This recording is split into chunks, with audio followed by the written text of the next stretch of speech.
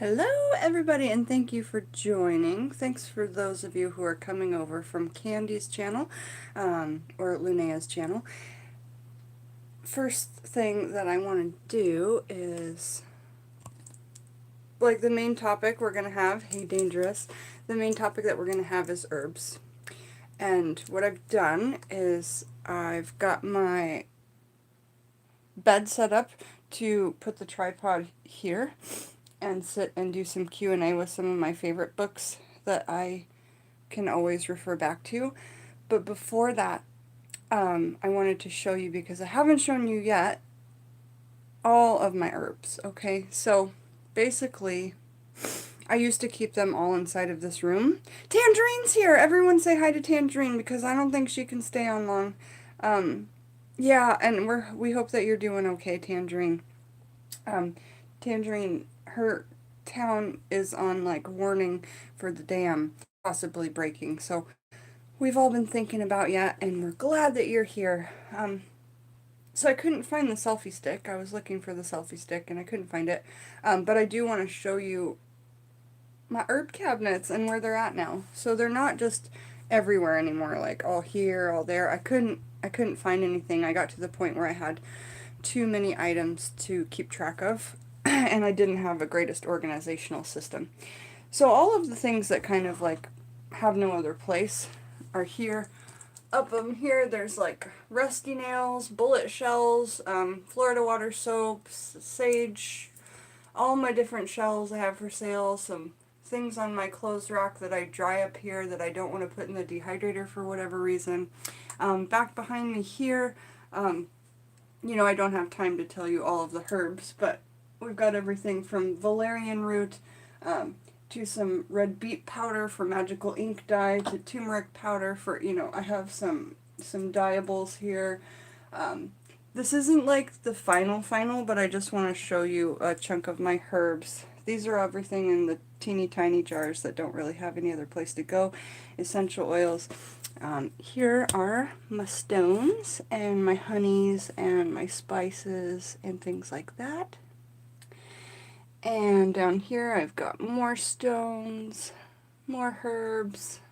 Oh, I made this little man out of rocks. He looks really trippy. It looks like he has a face. Those are rocks I found in Galveston. And I've got my tobaccos for my hoodoo offerings and such. Down here, all my mortar and pestles. And things that you can mortar and pestle. I feel like I did a number on there. Okay, so that's just the smaller chunk of them. And the bigger chunk is really all in here now. So, boom!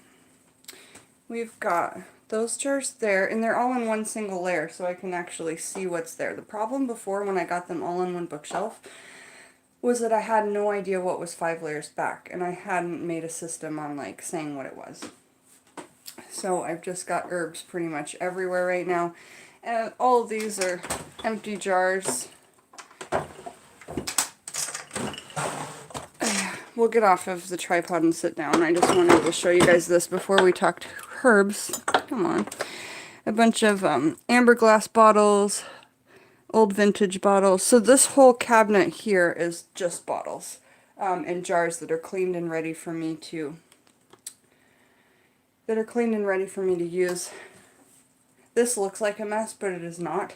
It is all of my things that I need to list on Etsy, like my hoodoo kits and my cigar boxes and other stuff. See, in the hoodoo kits, they come with joss paper that we burned today. Remember when we burned that joss paper? That was fun. We said we had to burn the monies. Everybody thought that was fun. But look at this. I'm like ultra proud of this. But look, it's just all single layer, which I'm really a fan of. And I know where everything is now. And I can do my working so much quicker without having to, like, look through stuff. And I know that we're moving soon, but this is the, I have to have these up until the minute that I leave. Like, bye darling, it was really nice to see you, I'm glad that you're doing okay. We're all really happy that you're doing okay. So anyway, I want to, yeah, I have to have these till the last minute before I go, so that's that. Oh look, Here's the new dream catcher that we got for Lily while we were on our trip. And it's cool because it's a double dream catcher. I'd never seen one like this where it crosses in two ways. I'd only seen the flat ones before. So I thought that that was really pretty, and she really liked it. So, okay, now we're gonna go sit down and do some like herbal Q&A and that. It'll be fun. Loads and loads of fun. Oh, I don't think I did close-ups. I'm really proud of my feather collection. These blue jay feathers are from Violet Thames, the girl I was talking about in my last live stream. Well, two of them are, and one of them I collected myself. Okay, let's sit down and do some herbal Q&A, etc., etc., etc.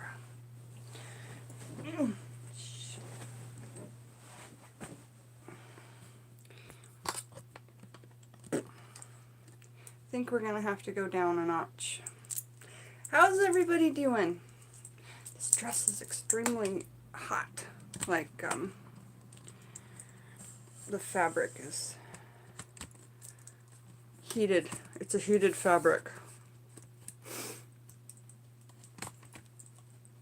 Oh, I've got some new things to show you since I saw you earlier today. We did 3 live streams today, you guys, didn't we? We did one in the very morning with Otis. We played games on the bed with Otis. That was super fun. We did one with bullet points. And don't worry, I'll get back to the bullet points. I don't think it'll be in this live stream. I don't really have the energy, but we'll pick up on those bullet points tomorrow. And we will start actual hoodoo in bed tomorrow for my weekly schedule. So if you were wondering, I could talk about that weekly schedule really quick. Let me see what people are saying in comments.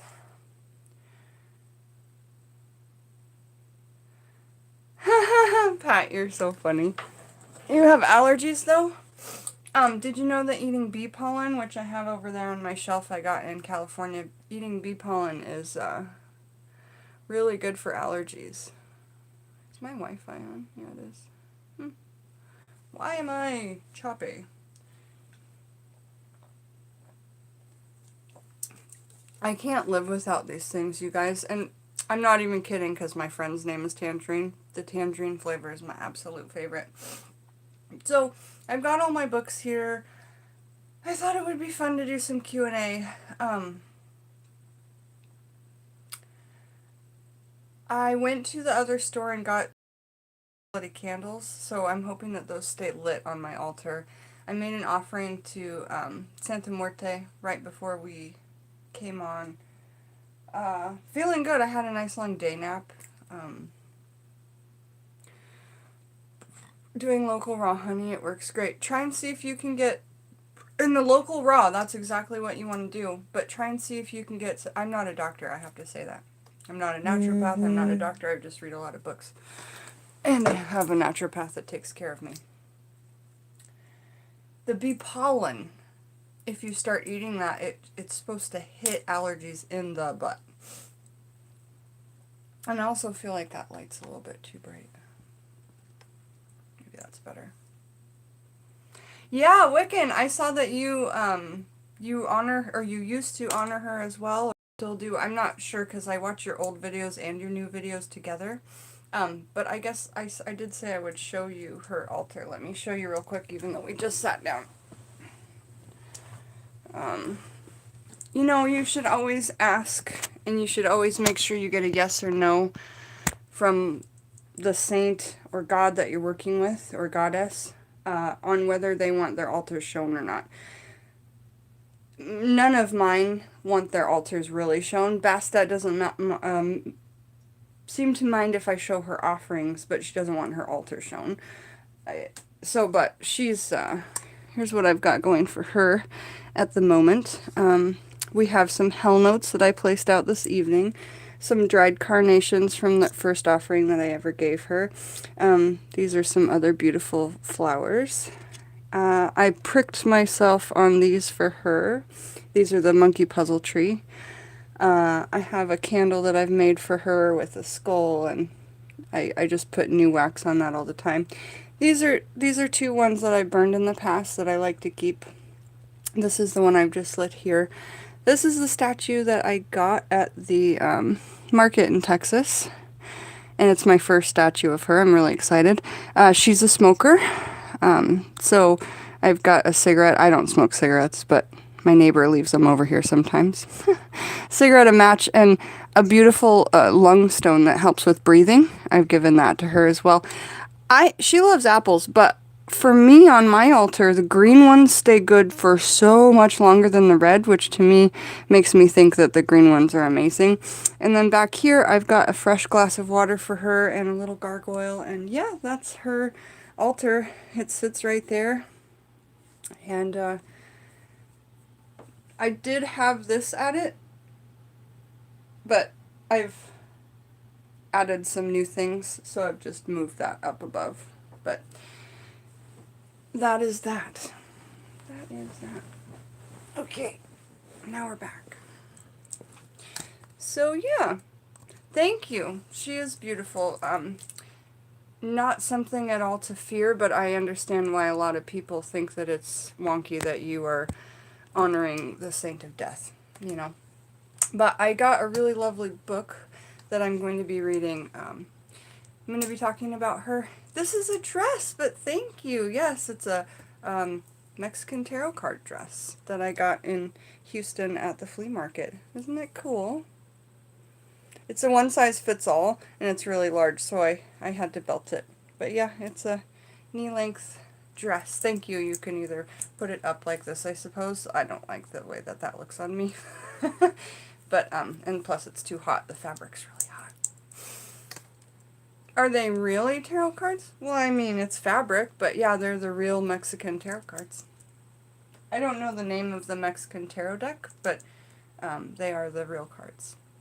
You still work with her. Okay, well, I would love to have a private chat with you sometime about that, Wiccan, because I've talked to people here and there that work with her, but I've just started, it's been 4 months ago. So, but I'm really having a lot of connection with her, and a deeper connection probably than I've had, a deeper personal connection than I probably had with any other saint or deity that I've worked with.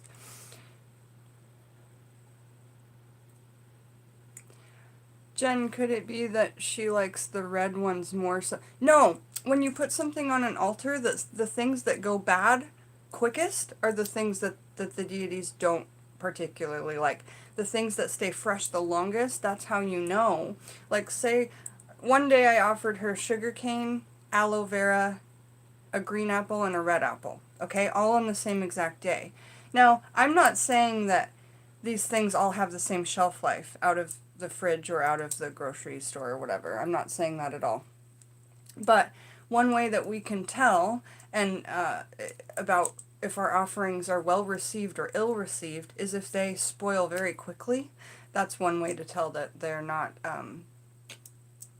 exactly, okay, Wiccan, right. And that's what I've read in I don't know if that's in particular to her, but I find that with all of my altar offerings. She loves honey too. That's awesome. I just got so much honey.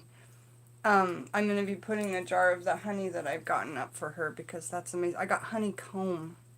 So good. I was doing a honeycomb working earlier. I'm sad I got in bed because I have all this stuff to show you, but I got in bed for a reason.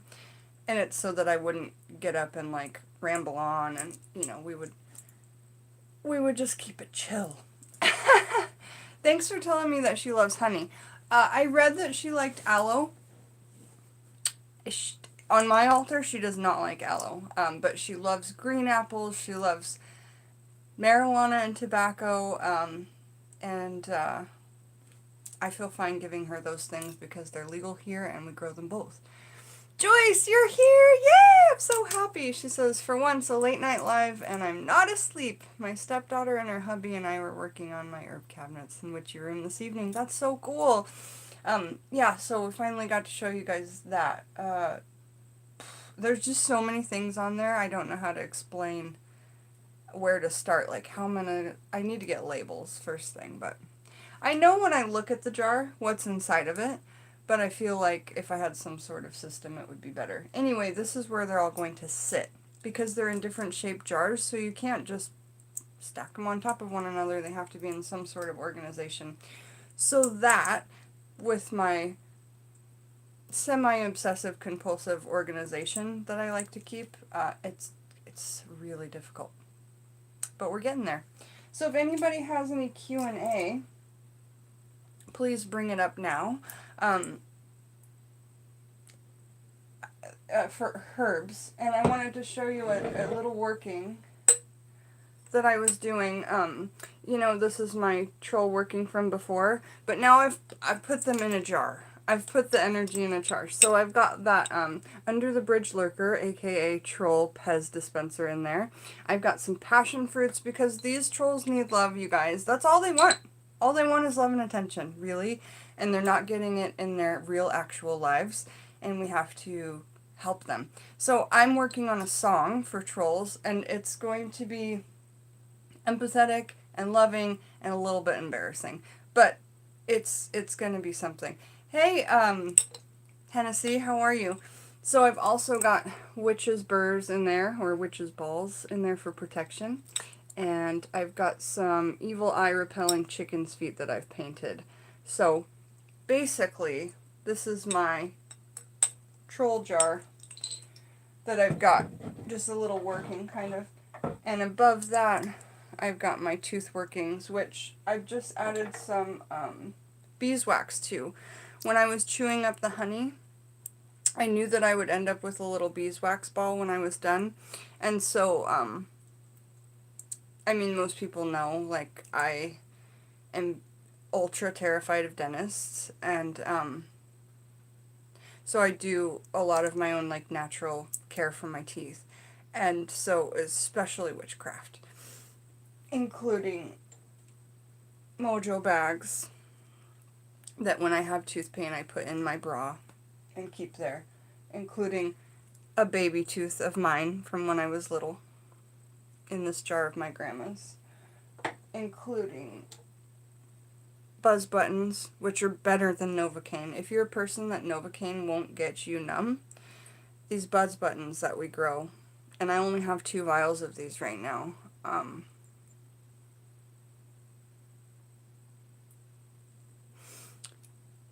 when you chew these, it's amazing. It makes your mouth vibrate. It's almost a spiritual experience, I think. It just feels, to me, different than any other herb I've ever put in my mouth before. Hey, Sasia. They call it the, like, Willy Wonka plant sometimes because it's just, like, magic in your mouth. But if you have a toothache, this, or if for some reason you were in nature and you were, like, doing it on your own and you had to extract a tooth, I would use this over Novocaine any day. And if there's some day where I do have to go back to the dentist, which I'm sure there will be, I will be taking this with me. It's better than anything I've ever used. And then I have, you know, my cloves. And I've decided on this tooth altar to also keep the orchard dirt that we harvested on the Texas trip when we were in at that one Murray's farm.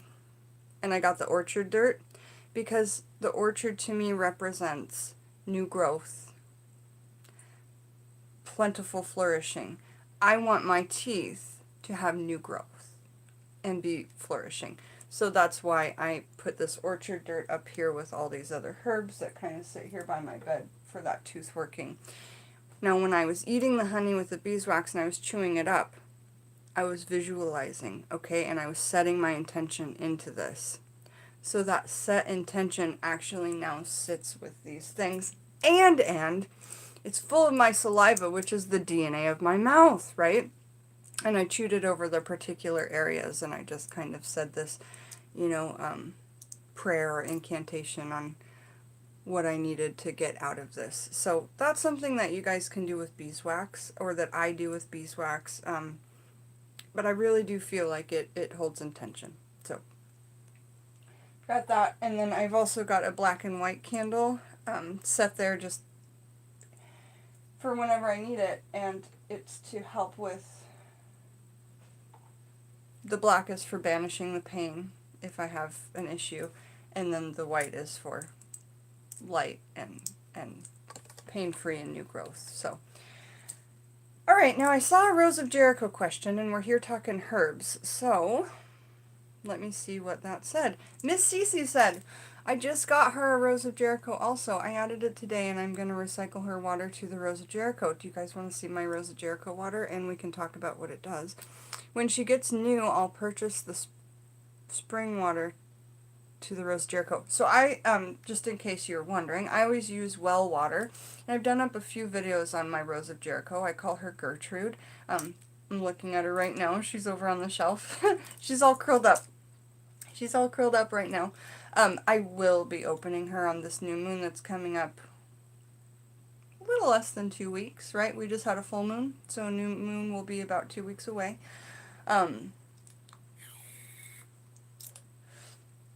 Gertrude, yes. I was on vacation, so she got a big, long 2-month rest. She'll have a nice 2-month rest. That'll be a good break for her, but I'm very in need of her services, so it'll be good. Linnea has a question. Okay, what is it? Let me know it.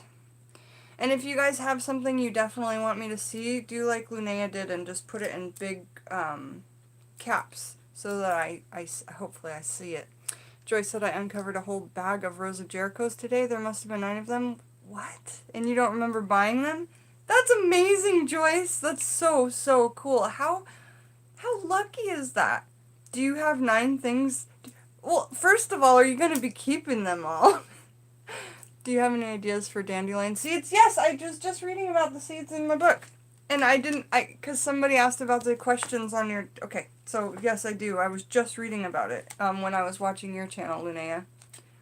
Okay, I know, I'm jealous of 9 Roses of Jericho. Well, we're not jealous, because we're, that's evil eye, but we are, so, so happy for you. That's just like finding 9 friends, I swear. If it was me, I would take them one at a time and just talk to them. Just talk to them and welcome them to this world, because they are like the Mandrake root. They want to be recognized as a human. That plant is at its best when treated as a human. And I love the myth of a lot of these plants wanting to be a part of the human world. It's so, so cool. I feel like if I made you guys talk, my work. Yeah, Joyce, there's probably a lot of people on here that might need one. So, if people are willing to pay the shipping, just do it. All right, Dandelion.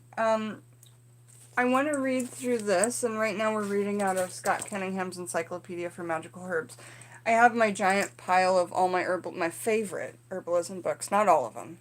The bookshelf's out there, but these are my favorites. So let's read first from Scotty's book. I really go to this almost first always. So the dandelion, and here it's talking about folk names. Blowball, which is funny because you'll take the seeds and they turn into a ball and you blow it and they go everywhere. Blowball. Cankerwort. Lion's tooth. Piss-a-bed. Piss-a-bed. Can you guys see that? It says piss-a-bed. So maybe because it's a diuretic, it makes you it makes you urinate.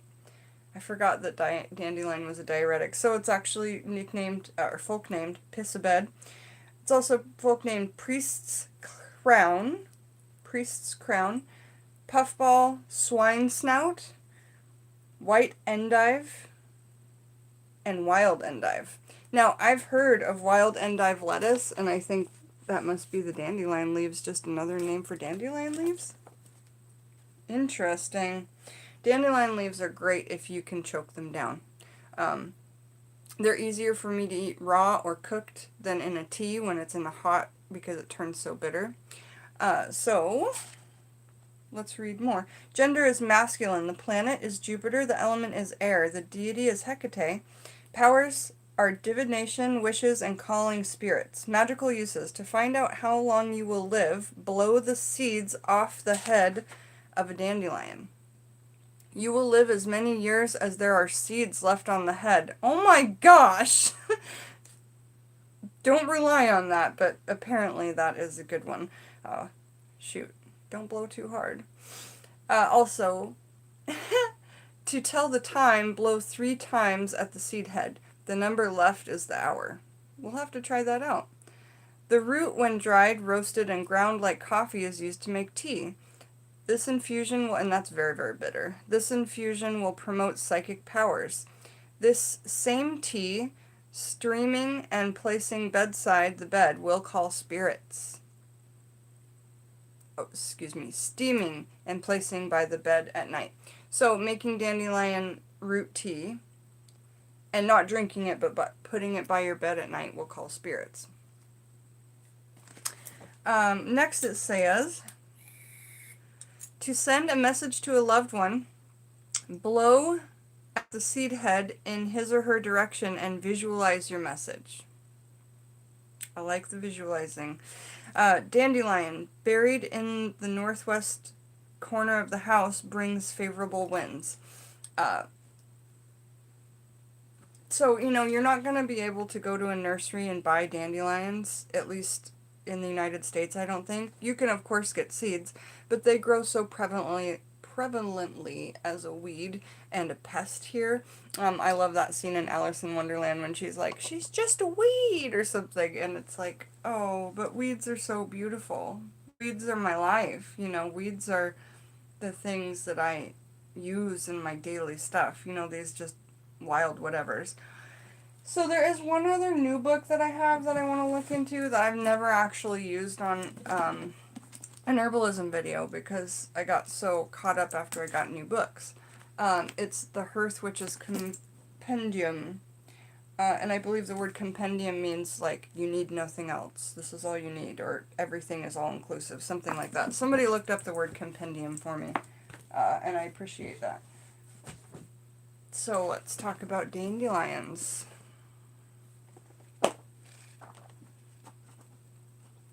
Compendium. Is that really what it says? Yeah, compendium.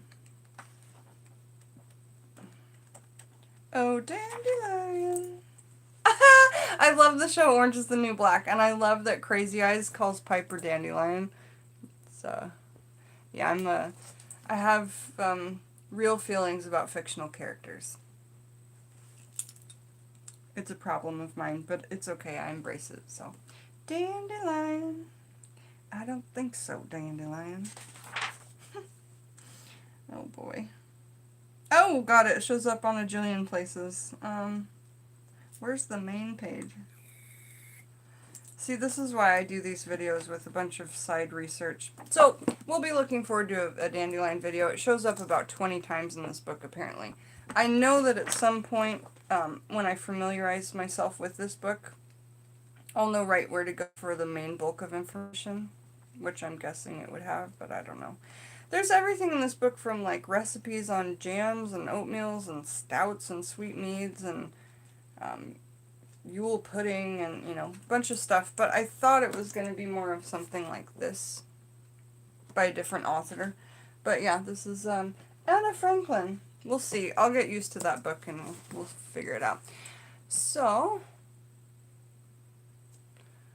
yeah, find each other. I don't do social media, but you guys should find each other there, because that's important. That, especially because who knows when YouTube is just going to be gone, or when somebody's channel will just be, you know, we have no control over our channels, to be all quite honest. We just are at the whim of the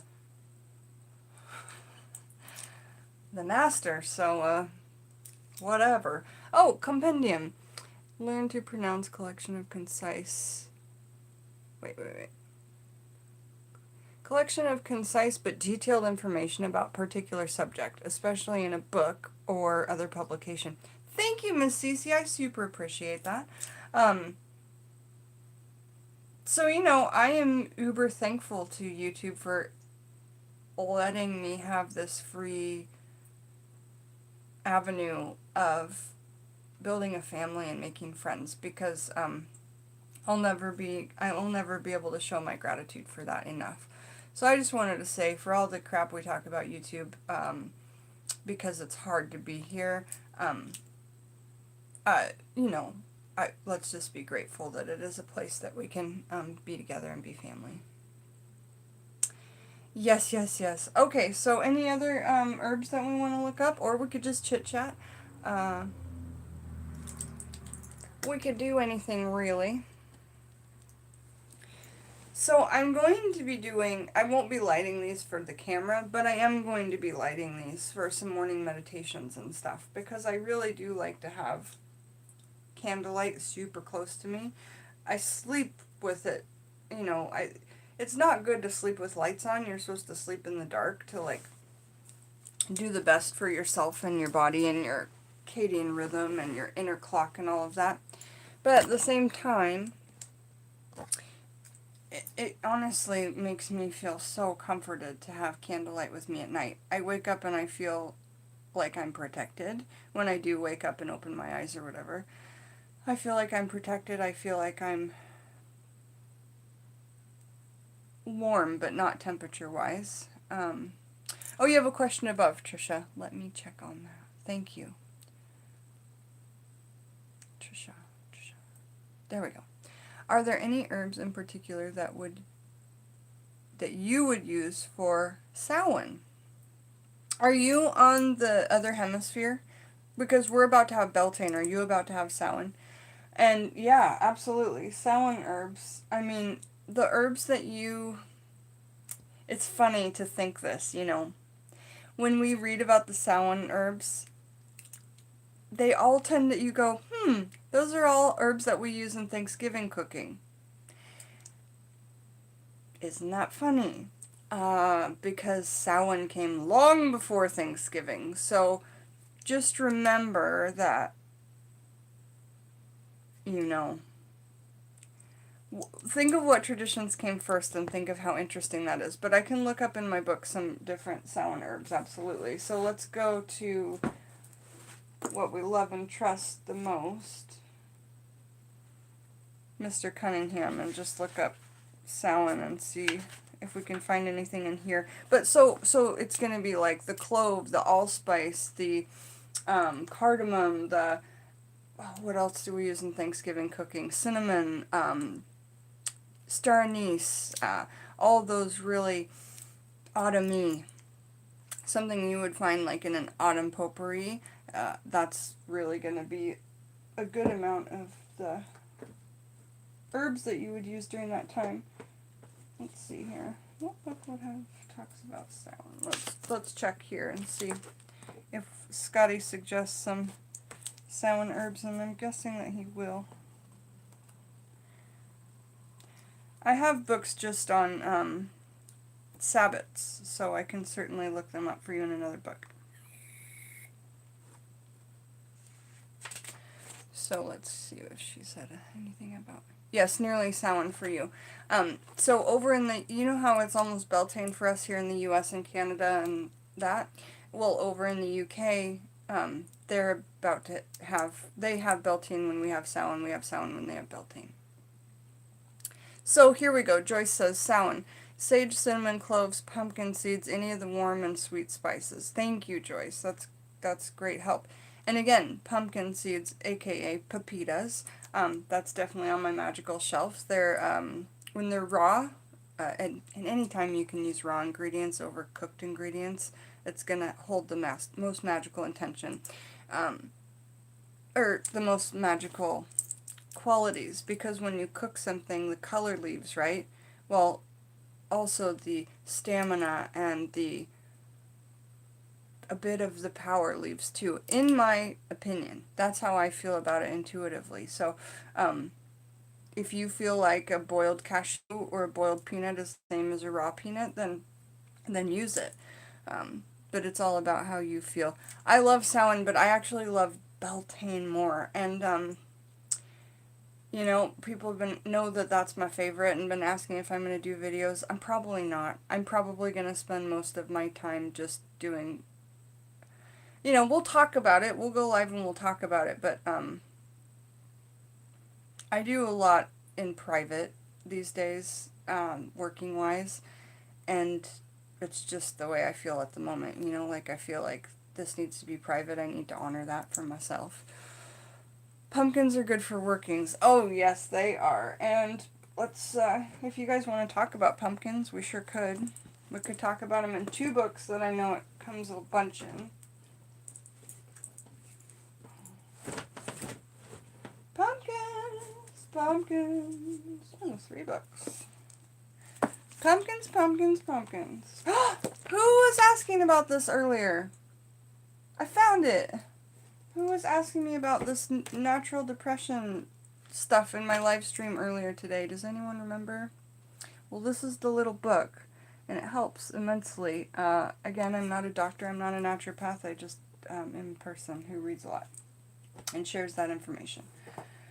Okay, so pumpkin, pumpkin, pumpkin, pumpkins are good for working. Pumpkin seeds are good to carry in your pocket when you don't want to be noticed. Oh, good one, Joyce.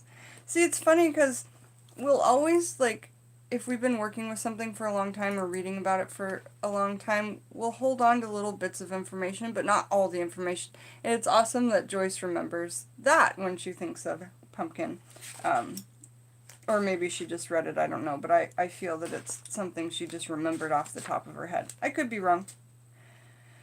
Okay, so I guess pumpkin is not in this book unless it's also called something else. Really crazy. But good news, I have Wicca in the Kitchen, which does talk about pumpkins. And if it didn't, it would be a clickbait of a book, wouldn't it? So let's look up pumpkin.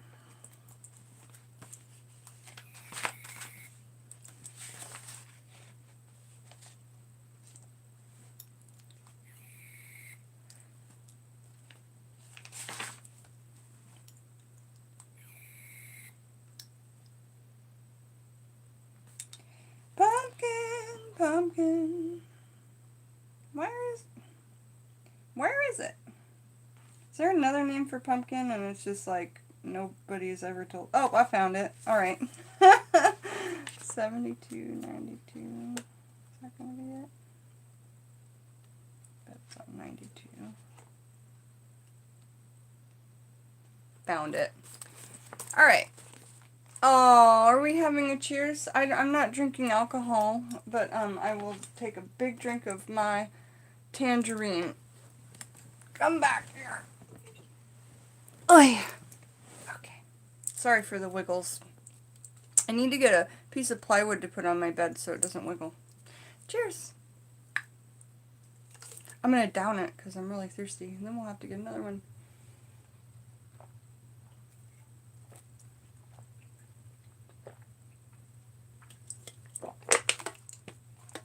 Just kidding.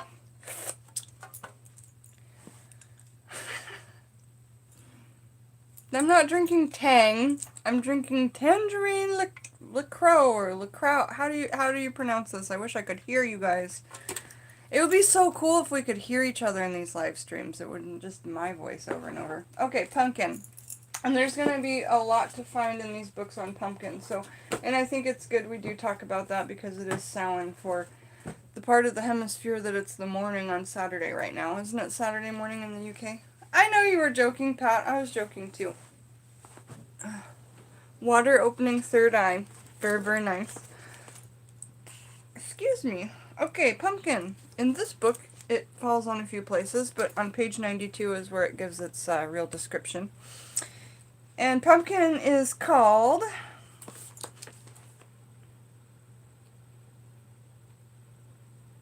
Cucurbita.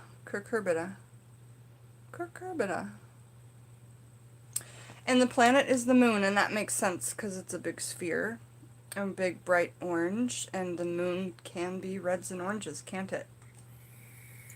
The element is earth. The energies are... Now, in this book, when we talk about the energies, it is about the energies of ingesting it. If you are using pumpkin in workings and rituals, like when we find it in other books, which we will, it's going to be talking about the magical qualities of using it in a working. But in this book, we are talking about the magical properties of when you actually ingest it, aka when you eat it, okay? So, energies for ingesting and the magical properties of that will be for healing and for money. Lore. I love that this book has lore. Oh, you're in New Zealand. That's fantastic. I have a lovely, lovely friend, Maddie, who's in New Zealand. And Maddie, I love you and I miss you. I hope to see you on a live stream soon. Oh, I can't imagine how beautiful it is there. Someday we should all go to New Zealand, you guys, because young Maddie never wants to leave, and I want to see her one day. And you can't blame someone for never wanting to leave. If it was up to me, after this trip, you know, like, I would never leave Seattle. Like, you guys are all saying there's so much shit going on around the world, and it's so, floods and evacuations and terrible heat and rain, and it's like, I'm here in Seattle, and it's fucking 66 and gorgeous, like, and you know, people say it rains a bunch here. That's old. That's like 10 years ago and before. It stopped doing that. Like, it rains here. We get rainfall per year, but it's not like there's weeks in a row, rain upon rain. It's, you know, that doesn't happen. We get more snow every year. It's becoming more beautiful. But anyway, I've lived here my whole life, give or take like a couple of chunks of living here and there during times of weirdness in my life. But I have to say that we're really fucking blessed in Seattle. And in Oregon, where Pat's at, absolutely. That whole Oregon area is really blessed as well with, well, you guys do get crazy heat in the summer though, right? I mean, we've been getting hotter summers, but it's not been nuts.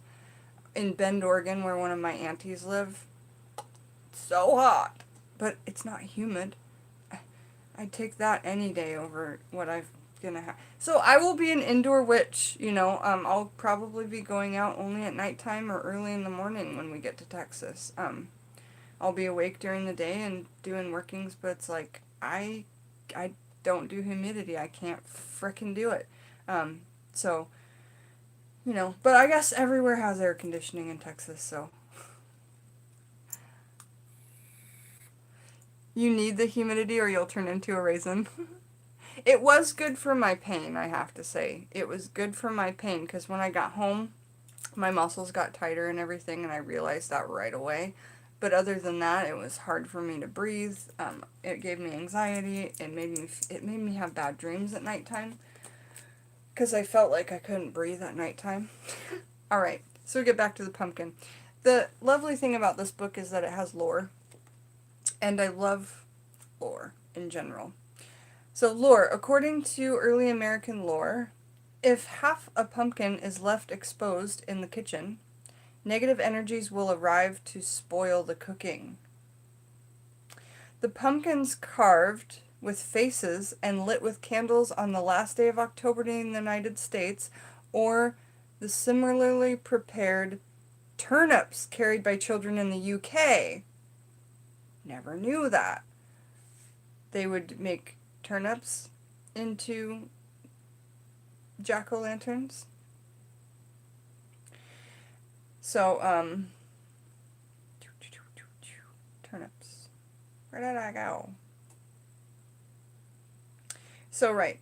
United States are related to the similarly prepared turnips carried by children in the UK. They are created to scare away evil. Pumpkins are sometimes featured in Samhain celebrations by Wiccans as symbols of the fruitfulness of the earth and of the god's death beneath the sickle of time. These round orange vegetables are also symbols of the mother goddess. Magical uses. Add pumpkin to dishes to health diets. Dry, roast, and eat the seeds, the pepitas, or enjoy such delicious treats as pumpkin pie and pumpkin bread. Oh, I love me some pumpkin bread. But I do not like banana bread, and I love zucchini bread. I do not like banana bread. Oh my goodness. No. I only like plantains, green bananas, and like some yellow bananas, but they have to be like the little tiny exotic ones that taste like pudding. I do not like a regular banana if it has any brown on it. It's just and that's the way it's supposed to be, but that taste is a big turnoff for me. Yeah. Alright, so that's what we got out of Pumpkin from this book. I think that there'll be some really fun and interesting things in these other books, which I'm going to check through on the beautiful Pumpkin. So, Magical Household by Scott Cunningham and David Harrington, one of the last books Scotty wrote before he passed away.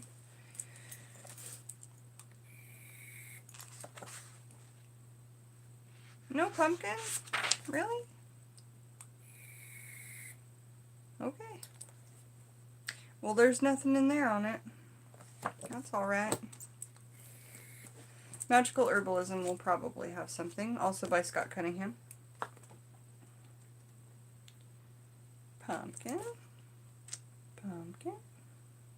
So if you guys want me to see a comment, make sure to put it all in big bold, and I will try to see it and try to answer it. I don't think I missed anybody's. Okay. Rachel's here! Hi! Woohoo! Hello, hello. So nothing on pumpkin in this book? I will just randomly pick something on pumpkin from here, because I'm sure there's going to be a bunch of pages of it. Elemental PQRSTUVWXYNC. Pumpkin, 26, 52, 53, 55, 65, 86, 4, 65. Let's do 55 and 65. I'm feeling that. So 55, about pumpkin.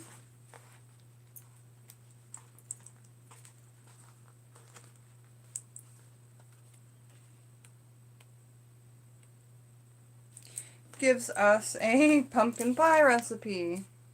Oh, okay. Page 65 gives us a Yule pudding with pumpkin. Okay, so I'm not so into recipes, but like this book seems to have a lot of good recipes. So maybe it's more of a compendium of recipes, but maybe not of herbal information, which I thought it was. That's okay. It's something good to fall upon when you need it. Does anybody want to... Bye, Pat! Does anybody want me to look up a different herb? Or we could do really anything. I'm excited about what's upcoming for the channel, and let me grab Mandrake? Okay, cool, let's do that. Mandrake. So there's a lot to say about Mandrake, and some of my favorite books on Mandrake are out in the living room. So let me actually go grab those. I have done up a Killer Mandrake video. It was maybe like in my first 15 videos, I do believe. No, it was like my second or third video. It was really important to me. I love Mandrake 2 so much. So I'm excited about it to talk about it right now. I'm going to go grab those other books. Okay? I will be back. Because for Mandrake, at least, there's a lot that I've got to say.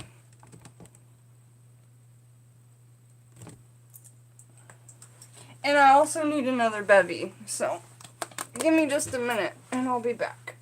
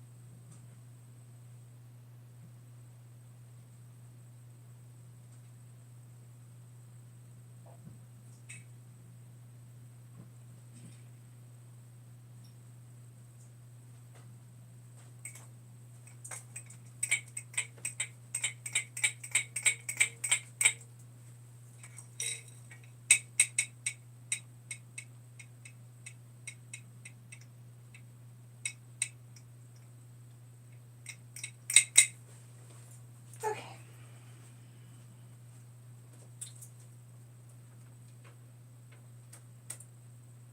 That's too dark though, right? Eh.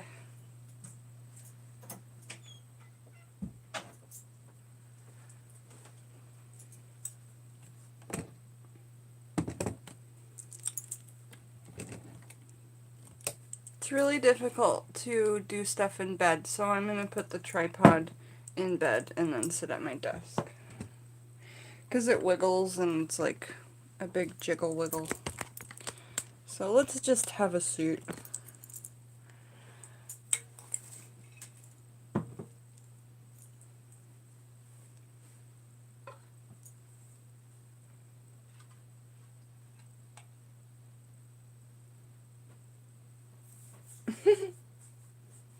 Oh, you guys.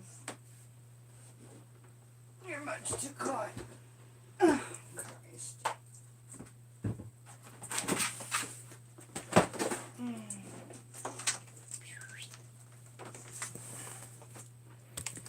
I found that piece of wood to put you on so that you wouldn't wiggle around though, so that's good. There we go. No more wiggles. Okay, let's talk about Mandrake root. And I want to talk about William in particular for a little bit before I even get my books out. But I am going to set up. And if any of you know about Mandrake root and hoodoo in particular, I would really love for you to share that with me, because I don't know about that in particular, because I haven't gotten deep enough into my books. And most of my hoodoo books do not have indexes. That to me is like a good thing and a bad thing. If a book doesn't have an index, then you have to read the whole thing the full way through and almost create your own index, which I've done in books before. There's a couple of blank pages on the last couple of pages of books. If I've highlighted something, you still, and you can't have flags through the whole top of the thing with Post-its. So, you know, these last couple pages that are blank in a book, or even just the very last page, write yourself a little, go-to index. But I don't know why certain books don't do that. Then you can at least go to the table of contents, and maybe there'll be a section on roots and dirts or something, or, you know, roots. So we're definitely going to look through some of the hoodoo books while we're just sitting here chatting, talking about Mandrake root if we have the time. So I want to talk about William a little bit, and talk about a couple of movies a little bit, and some... So, have you guys ever seen Mandrake root in a television show, or a movie, or a book, or a religious text? Most of us, at least in the US, not so much in the UK, some in the UK, but most of us in the US probably, and when I say most, it's probably like over 50%, have been grown or raised with some sort of like spiritual Christianity background, right? And it only in Harry Potter, and it wasn't real. Okay. That's interesting that you say that. What do you think wasn't real about it? You mean Harry Potter wasn't real, or the Mandrake stuff that you saw in Harry Potter wasn't real? There's a good luck charm. 1111 right at the top. Well, was only there for a second. That's okay. What part do you think that wasn't real? Because that's one of the things I definitely do want to talk about. The thing that they portray with the earmuffs, that's part of a legend that I want to talk about. And definitely in folk magic, something that's spoken about over and over. Also, there's a movie called Pan's Labyrinth, and it's got the most accurate portrayal of Mandrake root feeding from some of the books and text that I've read. Now, here's a big one, and it's huge controversy talking about Mandrake root is talking about witch's flying ointment. Come here, new book.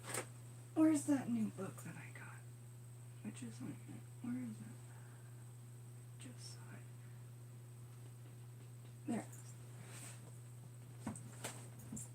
There. Oh, books in bed are so hard, they never stay together. This book that I got in Galveston at the Witchery, which is an amazing shop, and I'm actually trying to manifest a job there, so I know that I could definitely help sell things there, because when I was there waiting for my reading, I helped so many people with books, and you know, I hope I did a good job. Harry Potter, LOL, the roots were screaming babies. Oh, I see, that the roots were, like, actually, well, I think Harry Potter did a really good portrayal, but because, and when I say that, I mean, when they were screaming babies, it's like, when the Mandrake is pulled, it wants to be a part of the human world, and it really wants to connect. And that's why I fell in love with this plant so much. Okay, so Saucy, I'm gonna have to get to beeswax after. We have so much to talk about with Mandrake, but we were talking about beeswax earlier in the video for quite some time. So if you have time to go back, I'm really sorry. Really good offering to Santa Muerte, and also you can chew it and visualize your intent and set your intention with any working. That's something that I've knew that I put out there. No problem. Okay, but when I was talking about Harry Potter and the screaming babies coming out as the root, one of the things that you're supposed to do with the Mandrake root is you're supposed to, when you receive it or when you pull it from the earth, you're supposed to name it. Now, the other thing about them putting earmuffs on, that's an actual real folklore thing that they just kind of like tweaked a bit, but I love that they represented it as well. And here's the lore of that. And this is not me reading from a book. This is, I know the lore, and I'm going to tell it to you because I just know it. And if you have different lore, please share it with me, okay? Okay. So what they used to do in the old days, because there was this legend, or the lore was, that if you pulled when you pulled the Mandrake root, and by the way, it takes up to 7 years to grow it to where it fully looks like a human, where it looks like a human root walking around. This is a little cartoon of a Mandrake root, but it's plant on the top, and when you pull it from the earth, after 7 years, it grows into the shape of a body, and has legs and arms, and it will even form eyes and nose and almost a mouth, like. And then after 7 years, it might even form genitals. But when you pull it from the earth, apparently, and nobody knows because it was a legend, and they would cover their ears, and they would have, it would scream when it came into the human realm because it wanted to be a human. Okay, so what they would do, they would cover their ears up because they needed these Mandrake roots. Why did they need them? Well, we're not even talking about legends of witches doing it. These are just people pulling up Mandrake root to use. This book is going to help tell me a lot about why people were using Mandrake root. Okay. So I have to go on with my story. I can't look at comments while I'm going. I'm really, really sorry. It's just how my mind works. Okay, so Mandrake root. So yes, earmuffs. And there would be a few people at a time, because what they would do, they would starve dogs. And they would get really hungry, starving dogs to, they would tie ropes onto these hungry, hungry, hungry dogs, and then tie the ropes to the top of the Mandrake root.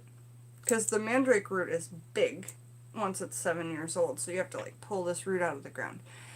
And then there's a bush at the top, so they would tie around in between the root and the bush, and then have these dogs rip them out of the ground, so that they could be far away. Does that make sense? And the scream wouldn't, because the legend is, I believe, that the scream would kill you upon instant of hearing it. Okay. And everybody, you're more than welcome to correct me if you've heard a different legend or whatever. Please do. I'd love to hear other people's, what they've heard. That's how folklore works, isn't it? Okay, so then the people would be far away and they would put raw meat in front of these starving dogs, and then the dogs would run for the meat and just rip it out of the earth. The scream would be done. Apparently they would take off the ears and they had their mandrake root. Okay, so that is the legend there that kind of is in Harry Potter as well, right? Because they put on earmuffs in Harry Potter, and then they were screaming babies when they came out. I just think it's interesting what they did with that, and it was fun play, and it made it not, it took the sadness out of the legend and the grossness with the starving dogs and the, whatever. So I think it was cute. And I didn't know anything about mandrake root when I read Harry Potter when it first came out, and I read it when I was like 21. It first came out, so I didn't care. All right, there's things about mandrake root in this book. We'll be reading from this book. I've done up a video on these things. If you want to see just a mandrake root video, just search Taxidermy Witch and mandrake root. A few things will come up, but there's a video just upon it. It was like 30 minutes long. And so this book, The Plant Spirit Familiar, it talks about mandrake root, and of course this is one of the most common spirit familiars in my opinion, besides like Rose of Jericho, who I'll show you, Gertrude, and I'll show you how she's doing.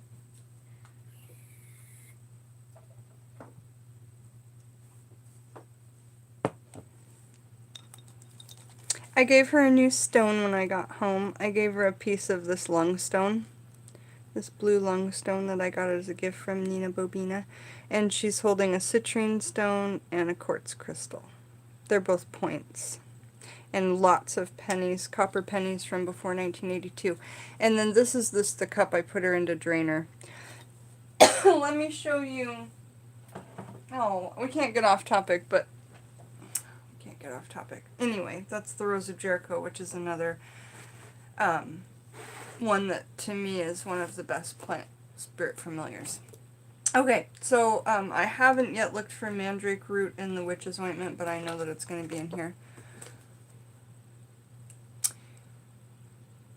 You never heard that legend, Shadow Witch? Cool, well I'm glad to share it with you. And I love when they do portray things the right way in cinema. That's one of my favorite things, is when they do it right and they do it proud, and they're actually showing reality of the craft, and the craft that we do, and not making it look like we're all eating babies. I don't eat babies. Do you eat babies? Like, no.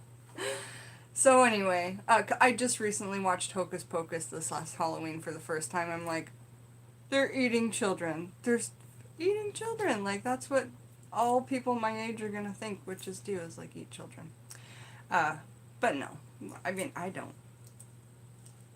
You eat baby. Carrots. Nice one, Rachel.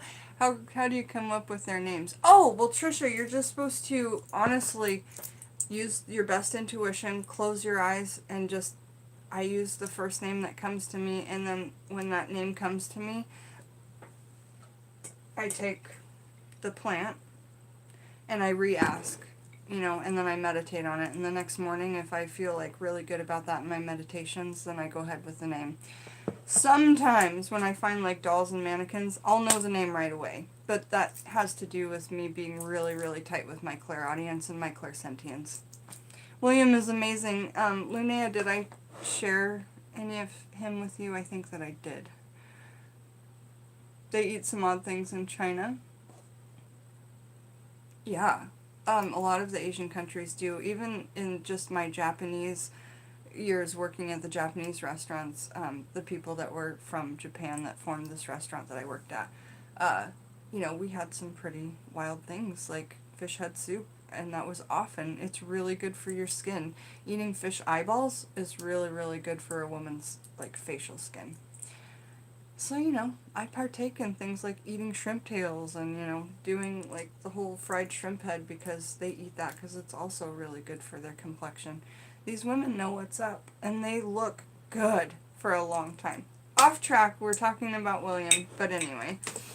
In China, they do think of some weird things to eat. Okay, so we're going to talk about I think we covered everything with Harry Potter, because I asked you guys in cinema, in books, or in something else. When have you heard of Mandrake root? No, right. I know, I was just adding in my own thing, leftover pizza. So here is the bits of William that I use for, that I feed. And so if you guys have seen Pan's Labyrinth, there's a piece here for my daughter. There's a piece here that's my husband. And then there's a piece here with horns. That's me, because I'm the queen. So basically, and then below it, there are some little towels and that I like wash and replace. And then basically once a month I do the true legend that shows up in the movie Pan's Labyrinth, which is Spanish. Is that what we said, you guys? It was from Spain, the movie? I can't remember. You feed it milk, tell me. I feed it my blood, and I feed it fresh milk. Yes, I do. That's right. Yes, it's Spanish. Thank you, Rachel. So, Pan's Labyrinth. And I got mine, I have my Pan's Labyrinth movie, which I love to watch, on Amazon Prime, and I think I paid like $10 for it. And it has subtitles, which is not a big deal, because they don't even talk a bunch in it. But the reason I found that movie, which is so interesting because what the song is about, the Tool video, and the Pale Man.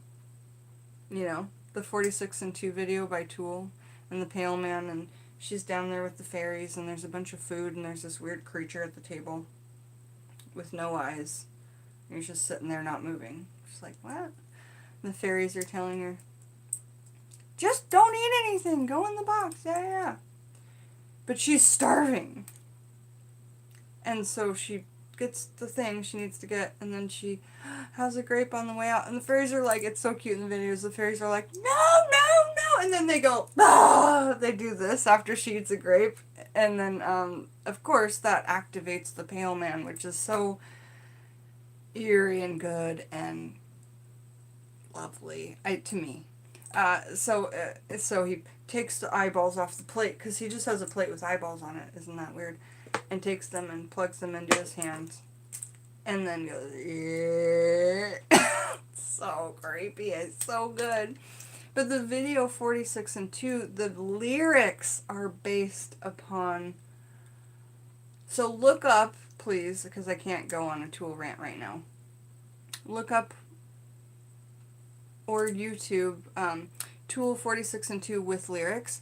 There's this one video that talks about the song during the lyrics, and it talks about Carl Jung and his views on 46 and 2, and it's about evolution and about how we used to be primal and now we're just angry and confused and we're about to be like third eye open spiritual, and that's 46 and 2. But like the video really, really goes into it about Aboriginal people that are still in Australia, like the last ones, they're still on the 46 and 0, and we're at 46 and 1, but we want to be at 46 and 2. Anyway, just look into that, and then Carl Jung, that whole stuff is really fantastic to look into. I like it. I know it's controversial. Carl Jung. So, back to Pan's Labyrinth. That's where I found out about that movie. So, because I watched this video, and it was like the Pale Man info, and I'm like, oh cool, I didn't know that that was a movie, because nobody does until they just know, or if they've already seen it, right? So when I learned that, I was like, fantastic, and I'm just in love with it. I watch it all the time. But there is a very true legend in it, which pops up in some of the older books that I've read in libraries, but don't have enough money to purchase. When you go to big cities, you can read some pretty awesome old books that would be to purchase, like $300-400, and on witchcraft in particular. If you go to cities like Chicago, like Tess, if you watch this later, the Chicago library has so much on witchcraft. The Seattle library has a lot on witchcraft, and they're just really old texts that you're allowed to kind of like open up and look through, but you're not allowed to check them out or anything. Just stay in the library. Look into that, you guys. That's a fun one.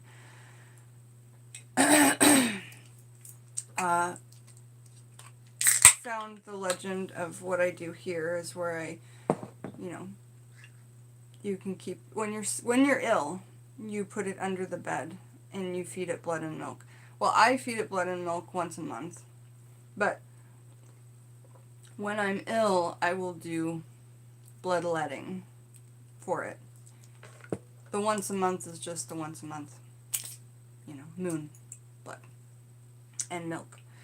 So, but if I'm ill, I put it under the bed and I prick my finger with something like, may I?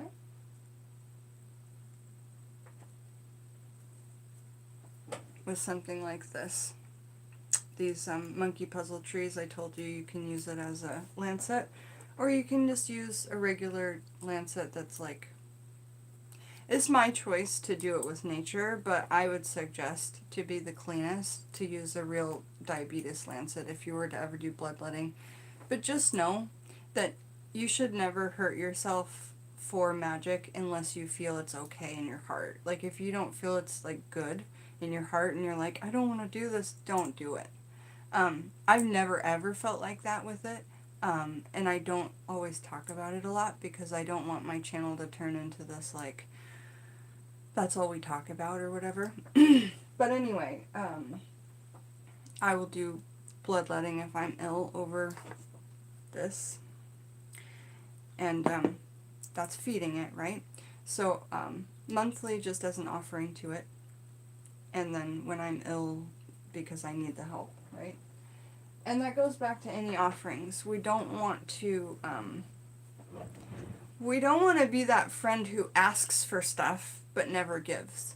You want to be the friend that gives, and then when you ask for something, of course they're going to be there for you. You know what I'm saying?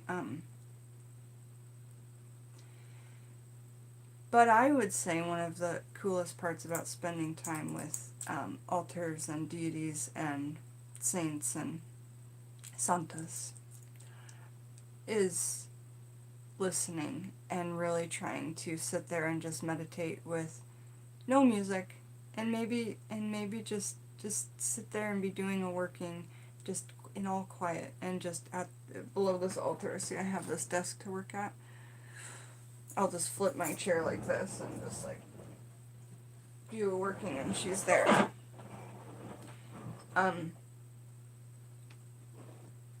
It's really nice feeling when you've given so much and it's so many offerings. Every single time I'm at the grocery store, I get her a green apple, and I like spend time to pick out the prettiest one. And I'm so excited when I bring it home and give it to her. I talk to her out loud during the day. I thank her for loads of things during the day. Just kind of got on a tangent about that, but and don't really know how I got there. Oh, bloodletting. You know, that just like let that be kind of your own judgment, but don't, if your body is telling you I don't feel like doing this and I don't want to, don't do it. Don't ever do it. Magic should never ask for you to do something like that if you're not feeling it. Absolutely. Okay, so these mandrake root pieces I have. Let's talk about if we were to purchase a mandrake root. Mean witch is conventional? Say it ain't so. Don't you know it's just a bunch of bored housewives these days, Joyce?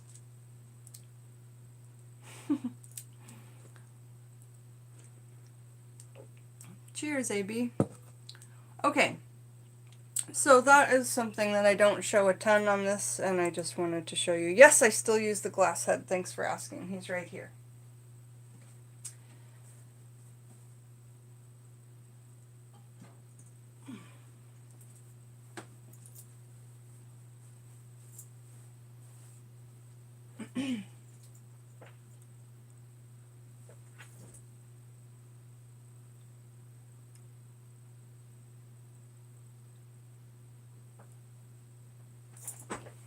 He doesn't really want to move, and I respect that. So, but I have shown this to you in my Mandrake video. I have a glass mannequin head. Okay. And it's over a dish that's glass. And inside the glass dish I have a very, very special few chosen pieces from this that I meditated with and chose from when I first got this bag of mandrake root.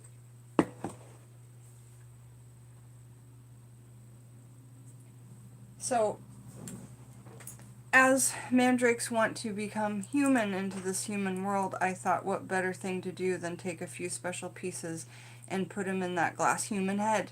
Because I collect mannequin stuff too. It's all over my house. My house is this beautiful nuts museum, you know.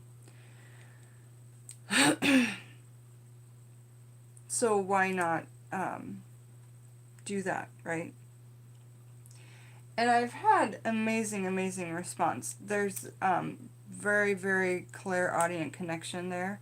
But again, I should do more videos on like what I mean by that. I've had a connection with clairaudience since I was 3 years old on the farm as a little girl with animals all around me. And so, cheers, AB. And so, anyway, I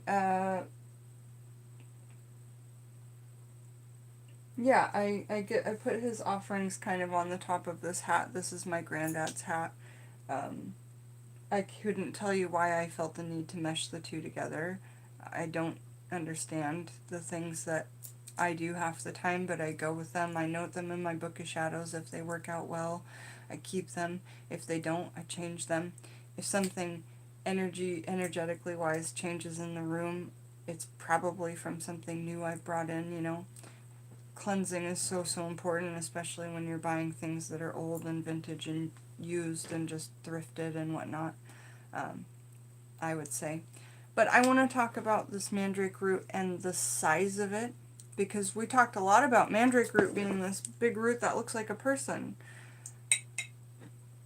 This is cut in only about 6 months to a year of growth. Okay, so this is not even mature mandrake root, but it's the only European mandrake root I could get my hands on. It's easy to get the American mayapple, aka, or the mayapple, American mayapple or mayapple, or the American mandrake.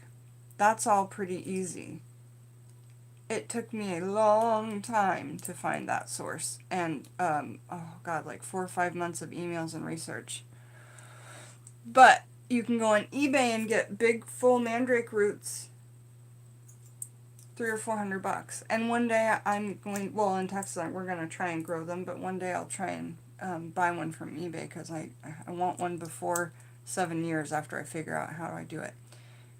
Love you too, Linnea. I have the same experiences too, Jen, and totally understand it. Jen, may I ask you a question right quick off topic? Just, yeah, go ahead. Mayapple is Mandraria. Thank you. Trisha says, when I was little, I had it with plants. Used to be able to... Okay, that's fantastic. So I don't have it with plants. I meditate with my plants, and I don't have it with plants, but I have it with like animism. Inanimate objects like taxidermy, mannequins, or sometimes even things like bowls and antiques like that phone back there, dolls, you know, things like that, right? The things generally that have faces, to be quite honest, now that I'm thinking about it. Like the taxidermy and the dolls, and so, but if you think about it, spirits and energies would probably most live in things with faces, because if they were in fact spirits, they would probably attach to something with a face, you know. But I do completely believe, because, you know, in Alice in Wonderland, how that whole movie was just a trip, and if you've ever taken any part in this type of stuff,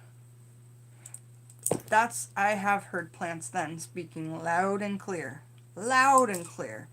That's the only reason why and I never suggest this to people, especially people that aren't ready for it, but doing this, I feel, lifts the veil. And you can hear frickin' flowers talk to you, and it's the most amazing thing ever.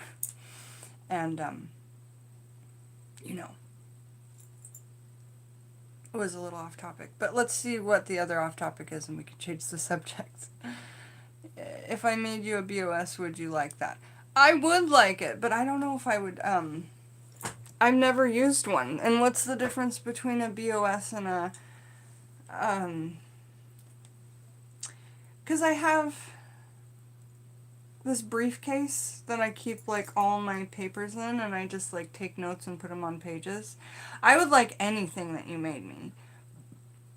And I would use the BOS for something, I just don't know if what to use it for.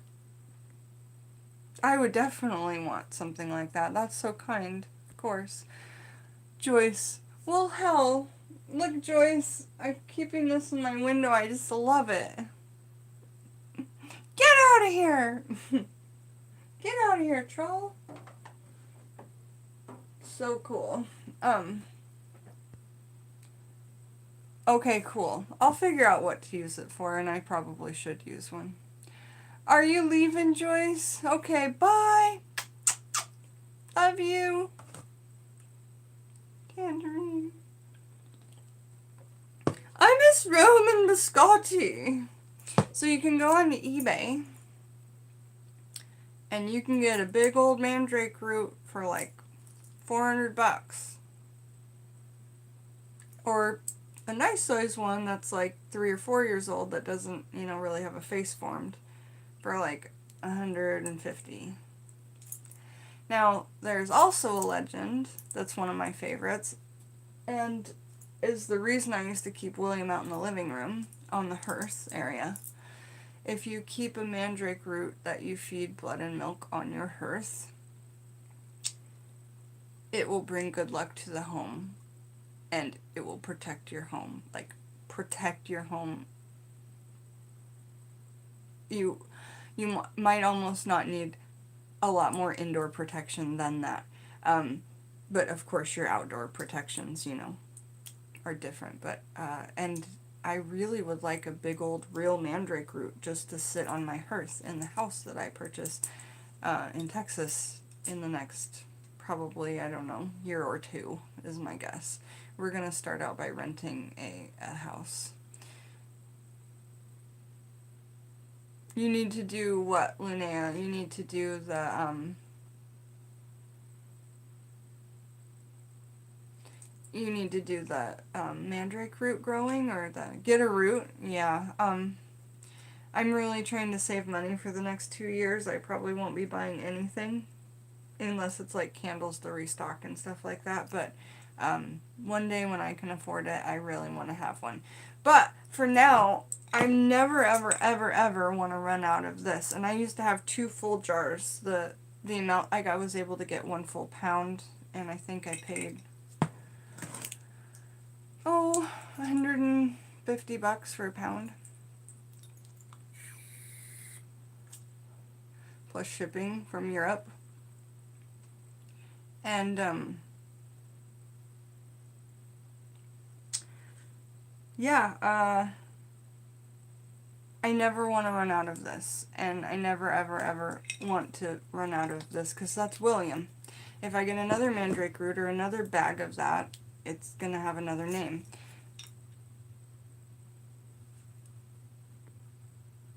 Yeah, get some root. So, anyway, let's, let me make sure I didn't miss anybody that needed to say something. I think I got it. Yeah, I got it. Okay, so I want to read a little bit out of these books about mandrake root. So let's do that.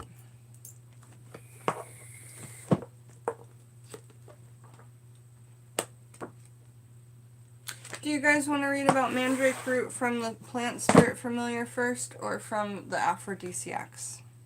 It shows up in both.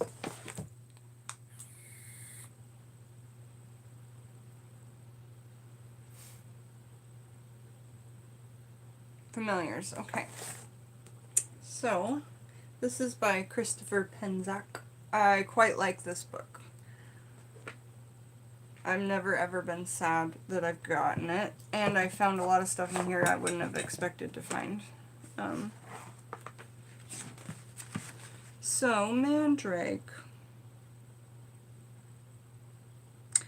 Oh, it comes up a lot. 33 through 37. In my readings from this full book or in the Mandrake video. Oh yeah, here we go. Okay, so this is starting at chapter 2, page 33. Of course it's page 33. That is one of my big, big, big spirit guide numbers. Thank you. I love you guys. Thank you for always being with me. Thank you for keeping my friends and I safe and happy and my family. Alright, so plant spirits, chapter 2. The seeds for the spiritual tradition of the witches' plant familiar are found in the same fertile ground as the medieval witches, with their imps and animal familiars, flying ointments, and midnight sabbats. Yet the seeds have lain dormant, untouched, and never spoken of until some recent stirring in the modern craft movement. Now they are growing roots and spreading leaves, making sense of the more unusual lore left to us by our spiritual ancestors and recorded by our persecutors and destroyers. Tendrils of the traditionalists are now coming up to light as well. Among the woodcuts depicting medieval witches are images of a root that walks like a man. Known as the Mandrake, this intoxicating and toxic plant is associated with powerful magic. Okay, intoxicating and toxic. Yes, this is poisonous. I work with it with my bare hands, but you were not supposed to. I do that because it is my choice to do that. We're all allowed to touch poisonous plants if we want to, right? However, I do know lots of witches that have tried to use that with their bare hands to connect with it on sort of like a microdosing type level, because it is a psychedelic, okay? It is in the class of psychoactive herbs. So it's called poisonous, right? When you eat it, you vomit, you know, just like certain mushrooms and things like that, or peyote. When that's eaten, there's definitely a vomiting process there that induces the intoxication. I do not recommend that at all. It's not a lovely feeling experience, but it's supposed to be very spiritual, okay? I'm not a doctor. I'm not a naturopath. I just read books to you guys. Tell you guys what I know. So a lot of witches that when they work with it, they break out on their hands. So before you maybe start working with it and holding it and doing this to it and stuff, do like a little test patch on your hand and then wait a few hours and see what happens, because, you know, if you then touch your face and then touch somewhere else, it could be a very, very bad situation. I've seen happen to some friends, so be careful. So, that was what we wanted to address when we were talking about this intoxicating and toxic plant is associated with powerful magic. Its root grows into a human shape, and it is shown walking like an imp, like a witch's familiar given by the devil. Though a seemingly innocent plant from the natural realm, it has a sinister reputation associated with death, sex, and the hanged man of the crossroads. We know the hanged man on the tarot, right? Well, it's at least on the Crowley tarot. I don't know if it's on your guys' tarot. Is it in Rider-Waite? I don't know. Hold on, because I had a thought in that and wanted to talk about something.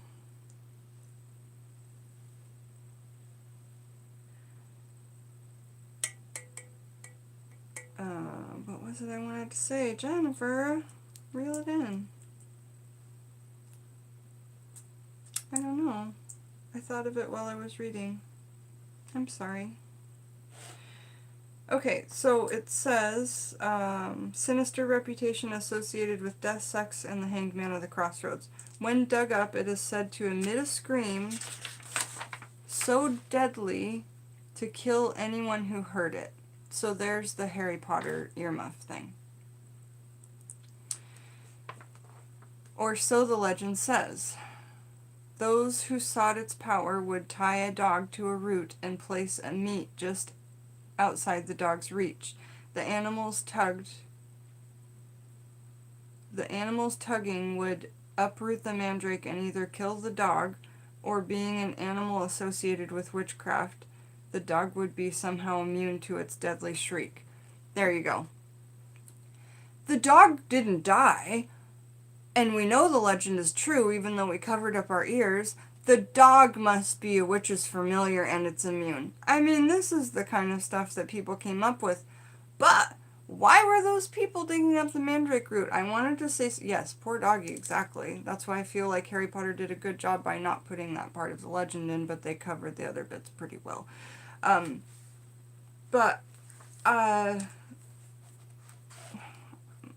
It's late. I get so brain foggy at nighttime. So, yeah, but I wanted to say that in the Bible, that's where Mandrake shows up. Mandrake is used in the Christian Bible, the Holy Bible, right? It comes up on either 2 or 3 pages. Did you know that? Did you know that? Alright, also known as a mannequin, spelled M-A-N-I-K-I-N, but I believe that it's talking about M-A-N-N-E-Q-U-I-N, like mannequin. Hello, welcome.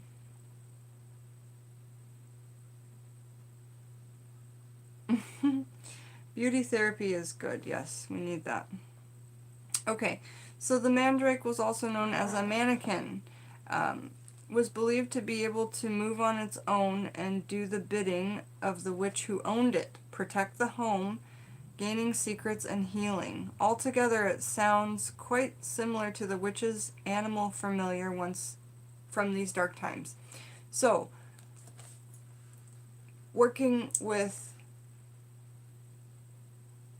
spirits like William, I can't wait to get a full mandrake root.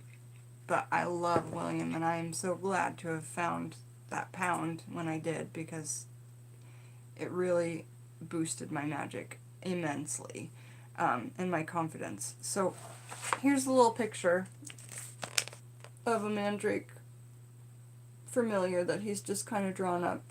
And they do have these up top, which they might be called mayberries. Joyce, if Joyce was here, she'd know. Joyce is very, very smart lady. Alright, the mandrake, also known as a mannequin, was believed to be able to move on its own and do the witch's bidding. Okay, like a spiritual plant familiar. Mandrake woodcut, based on a depiction from Jacob Mendelbach's Hortus Sannalist, 1491. These are the kind of books I'm talking about. You might not be able to get those books those old in your books as old as that in your library, but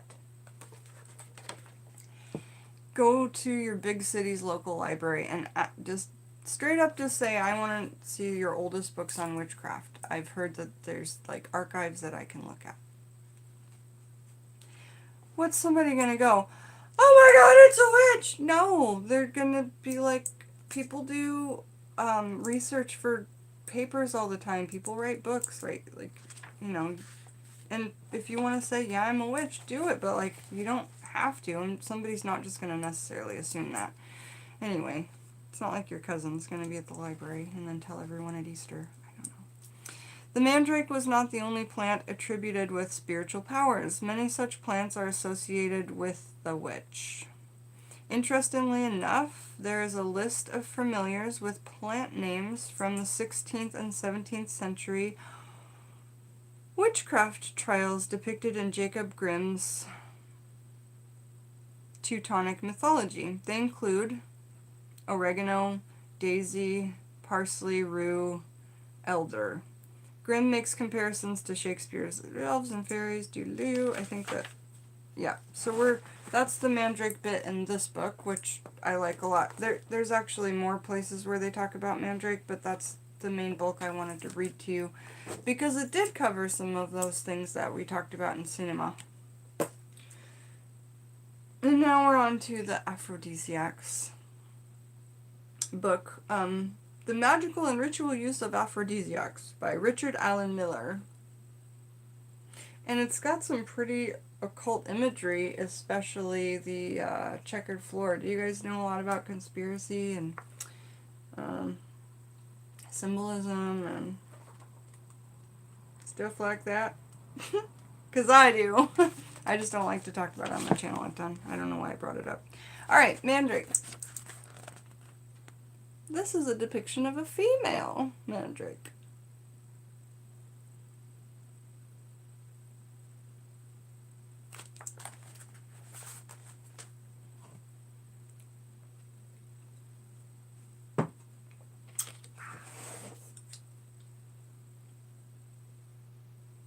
So the synonyms for the Mandrake, and it says above, an aphrodisiac to aid conception and fertility and allegedly reverse sterility. So if you're sterile, it could reverse it. Beautiful illustration. Yeah, absolutely. You love conspiracy theory. I can't because I'm Rh negative, so I can't do that. I don't need any extra attention. I'm actually really happy at like 1,300 subscribers, and with how slow my channel is building. But thank you, I uber appreciate it. Yeah. So that's enough about that. Satan's apple is a synonym. Mandragora,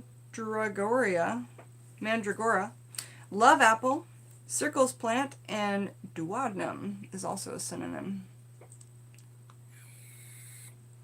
Jen, it could be an offering at the crossroads, like for Hecate, question mark. Yeah. Yeah. I would say because of what it was talking about, the hanged man in that other book. Is that what you're talking about? Candy?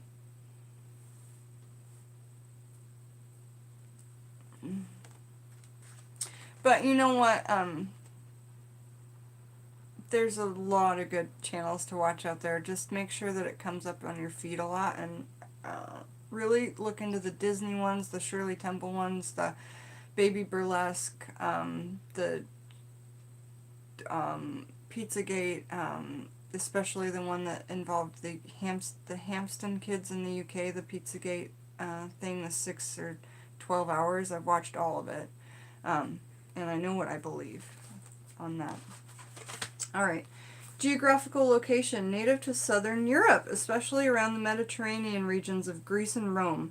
It should not be confused with Podolophilium petulatatum, or the mayapple, which grows in the United States. And that's what I'm saying. That's what took me so long and cost me so much.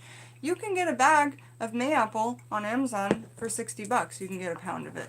But, you know, it took me quite some time to find actual European mandrake root.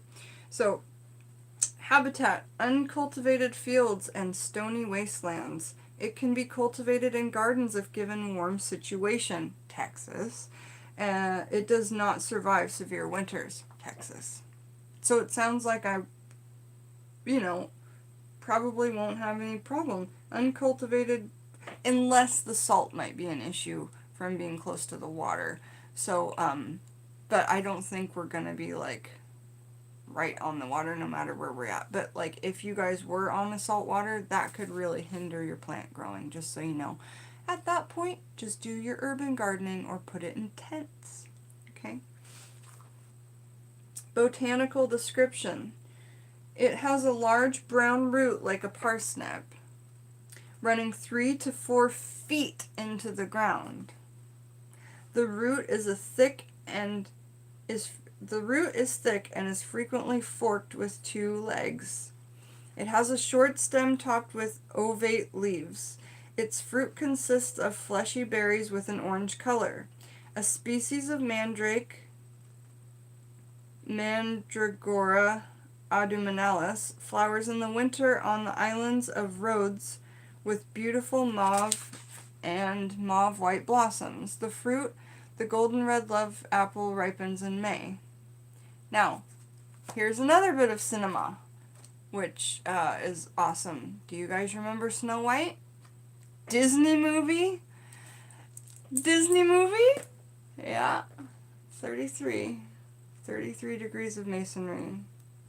Disney ears, Mickey and Minnie banding together. 33 on top of their head, 2 threes.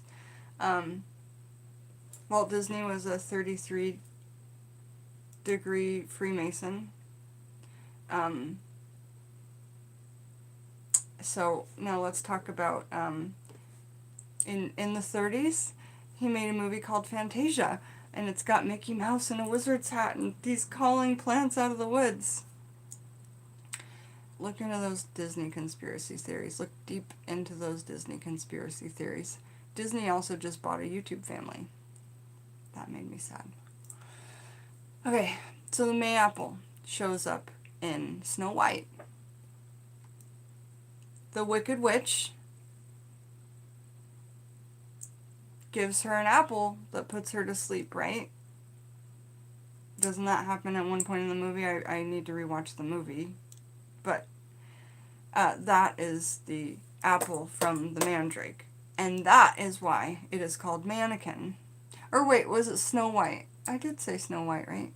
Snow White and the Seven Dwarfs. She gets an apple from the queen and then falls asleep, and the dwarfs think she's dead, right? But she's not. They think she's dead, and they think the prince woke her up with the kiss. It wasn't that. It was that she ate a mayapple and turned her into a mannequin for 7 days. Like, it puts you into a coma. This is also why, one of the reasons why they used to put bells in frickin' coffins. They would put a bell in there in case you woke up later, because they dug up bodies and they found many people that had claw marks in the frickin' coffins. And one of my favorite shows, Lore on Amazon Prime, talks all about it. The first episode of Lore talk about the bell in the scraping coffin. That also has to do with the mayapple. If you eat one, it puts you into like a coma to where even if a doctor checks sometimes, they can't feel a pulse. You're so comatose, and it's so interesting because you can't even find a medical drug that would fake it like that, but a little apple will. So very, very, very interesting lining those things up, but you will find so much truth in cartoons and cinema about these things. And I just want to say, like, there's a conspiracy of its own. Witchcraft and Disney, you know. But anyway, let's talk about the rest of what we have to read here. But talking about the mayapple, I thought that was interesting to bring that up as well. And did Sleeping Beauty also eat an apple? I don't know that one too well, Sleeping Beauty's story. But if she did, I would say that would be the same thing too. Oh, right, we were talking about the bell in the coffins. So yeah, people started getting paranoid that they were going to get buried alive. And so they started putting in bells, like a pull in a coffin that would go all the way up on the chain to this bell beside the grave. And then if you pulled and you woke up buried alive, you'd pull on this thing, and then one of the keepers in the cemetery would hear the bell ringing and then frickin' dig you up. Yeah, I actually talked to Redman. We Skype, and that's a lot of fun.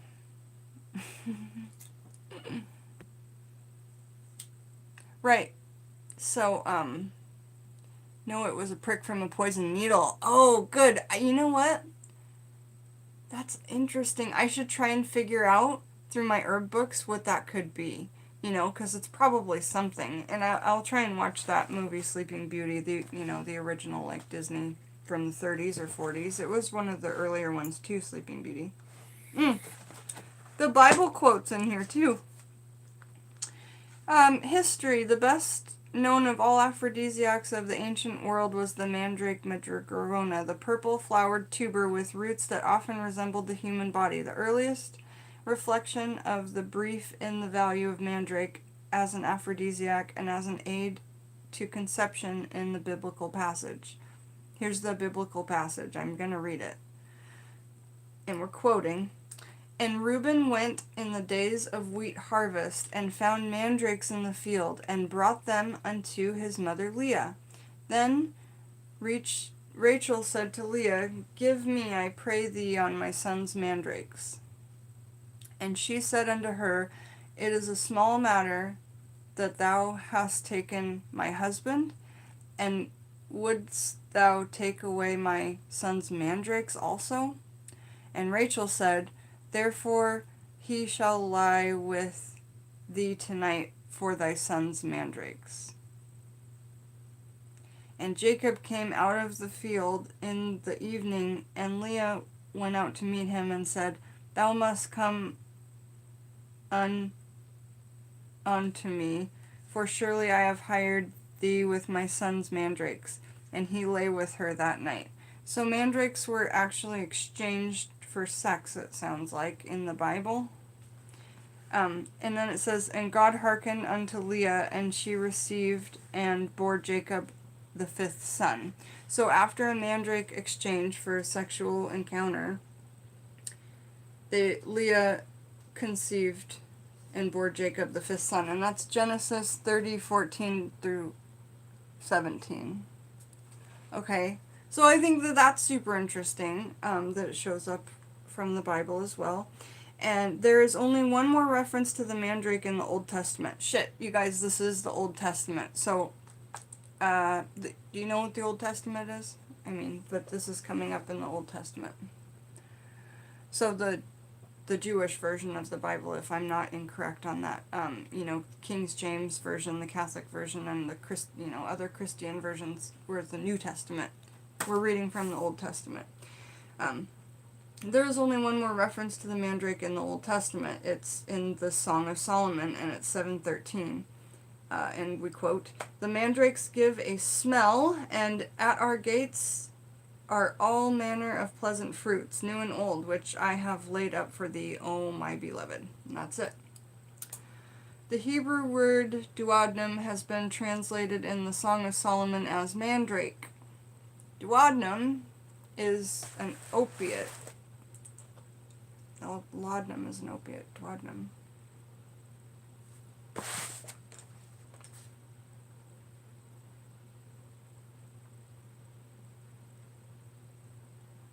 D-U-D-I-A-M. Can someone look that up for me and give me a definition?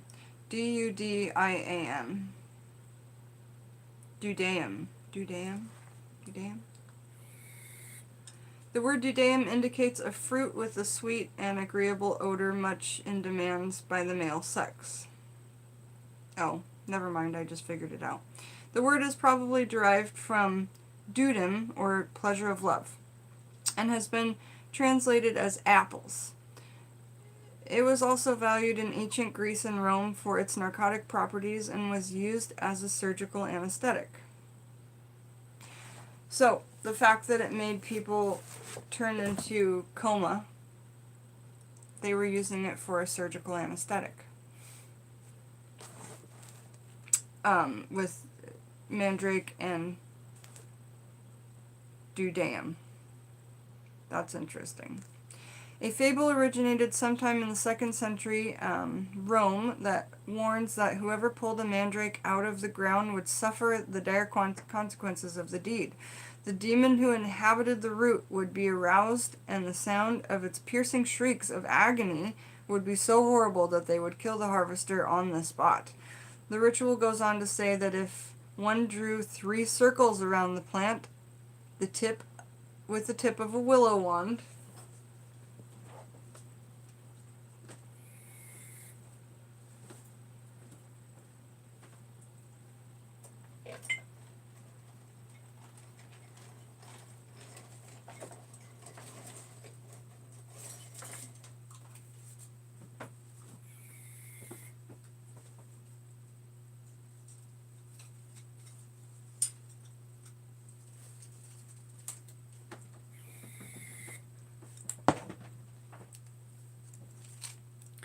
here's some willow that I foraged.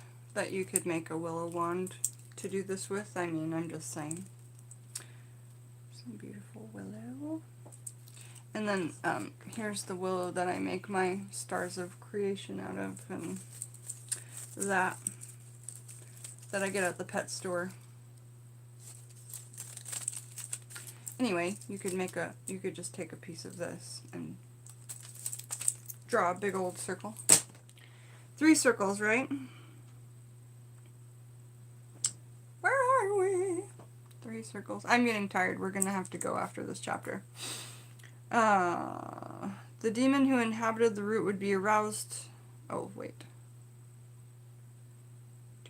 The ritual goes on to say that if one drew 3 circles around the plant with the tip of a willow wand and tied a black thread from the plant to the collar of a white dog, it would be safe from the demon's spell. So there's a bunch more of the lore that goes with it. In order to get you not only have to have the dogs, but you need to have a willow wand. You need to draw the circle 3 times. You need to use that black thread, you know. So it's really getting intricate there when they're talking about it. Tied a black thread to the collar of and the dog had to be white-haired. One would be safe from the demon's spell as the animal pulled it from the ground. The roots of Mandrake were supposed to bear a resemblance to the human form. Magically speaking, there are male and female mandrakes. The female form, its roots forked and lurking like a pair of human legs, is the most sought after. I wonder why. Someone should do research on why.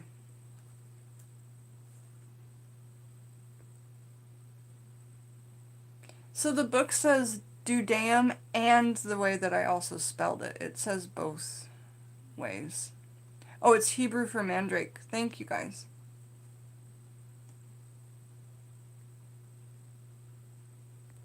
Saves the bells, right?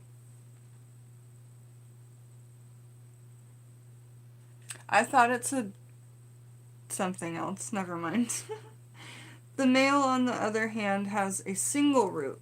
It was the female form that was carved in the Middle Ages in Germany and in France into mannequins. Oh my gosh, you guys, we have to look up on like eBay or other auction sites some carved vintage German or French carved mandrake roots, and they carved them into mannequins. It was believed that they brought good luck and wealth. That's so awesome. If I had the extra $400 to buy a big one, I sure would learn how to whittle me and carve something. I don't know. I just got really drained. Sorry. The roots of Mandrake were supposed to bear a resemblance to the human form. Magically speaking, we said that already. Chemistry. Principle affecting components. Oh, and then this book also says the absolute chemistry of it, which is cool. So I think when we come back, either later tonight or tomorrow, Poppy Pod is so hard to find. Rachel, hold on, I have to show you something. I got 3 different kinds of poppies. You're gonna... hold on. When I was on my trip, I got so many seed pods. Seed things.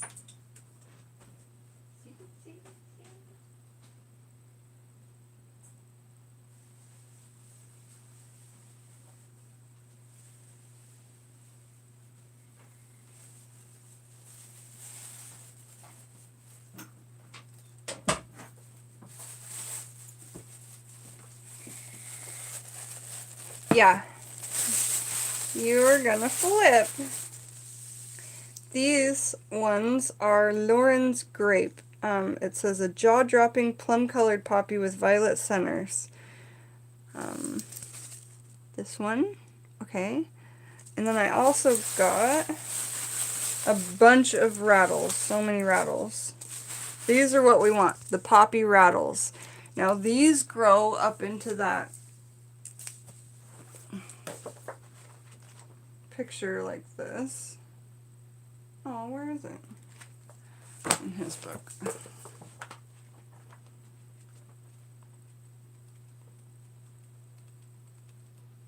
Here we go.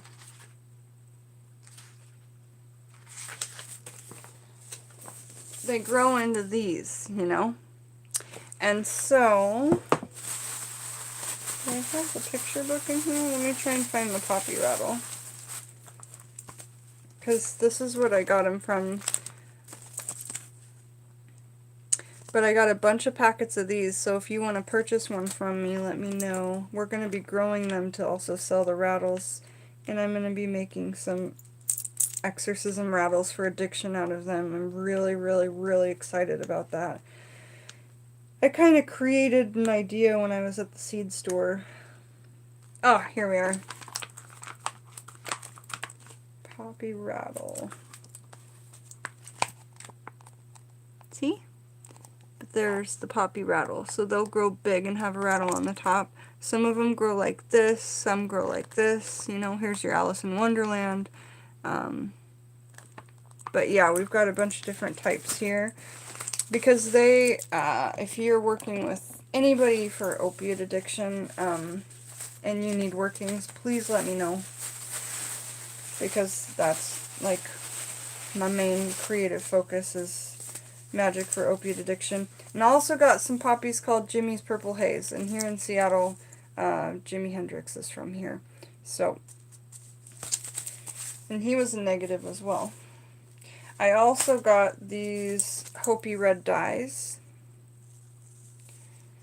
So cool. And we got a bunch of those. And we got motherwort. And we got white sage. So,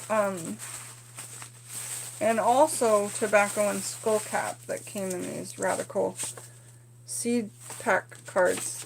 Aren't these cool? Have a card, and then you open it up, and it's a seed packet.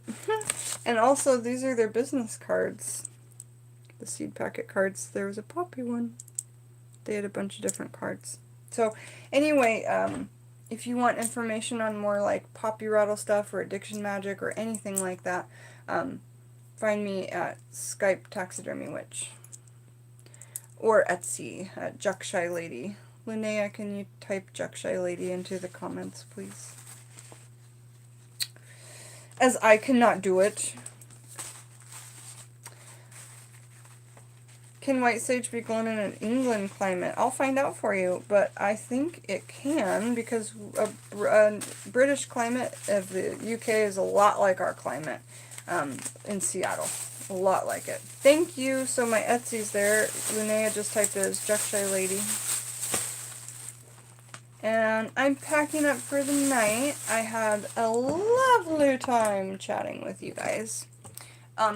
So Saskia asked about beeswax, so we're definitely going to be talking about that more on the next, just whenever you're here, Saskia, pop up and talk about beeswax, and you will go first, you know, we'll interrupt what we're doing to come back and talk about that. Tonight, when I'm in bed, I'm going to look up everything I can find in this book on Mandrake, because there's going to be a hell of a lot in here about Mandrake, and also, guys, please visit my Patreon. I really, really need, like, people to look at the benefits that can be had there. It starts as low as $1 a month and goes all the way up to whatever. But there's 9 different tiers. No, 9, I think. 9 different tiers of levels, and they're all taxidermy themed. It's really fun. I did a video called Jen the Taxidermy Witch, a Patreon like no other. So check that out. I'll see you guys all very soon, and I will link that Patreon video in the description after the live is over, as well as my Etsy. And if you want to find me on Skype at Jen the Taxidermy Witch, and you really need help right that minute, and you need me to read it, put it all in bold, just like when we're on here.